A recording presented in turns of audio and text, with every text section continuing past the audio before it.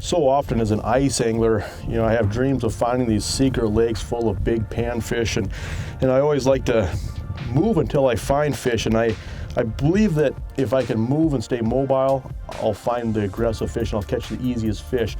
But every once in a while, no matter what you do, you're gonna be dealing with some tough bites, tough fish. And there's a couple of things that you can do when you're encountering tough bluegills and tough crappies.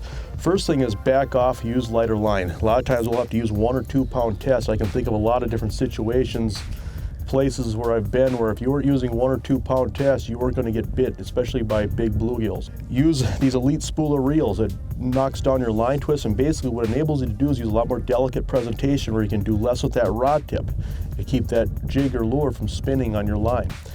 Use tungsten jigs. That way it takes some memory out of your line and makes the whole presentation that much more sensitive. But another thing that's often overlooked is with tungsten jigs, we've got horizontal jigs, we've also have vertical jigs. A lot of times on a tougher bite, I like to use a vertical jig. And I believe there's a couple of things that happen with a vertical jig.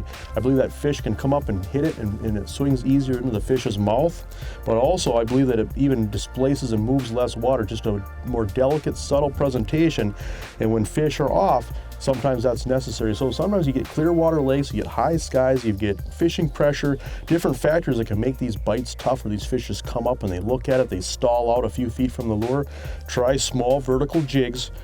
Hook your plastic on horizontally. That makes the presentation more delicate, more subtle. Drop off, use that lighter line, 1 2 pound test. Use a soft tip where you get a real delicate action on the jig, and use a spool of reel. These things combined together are going to help you catch some of those tough panfish.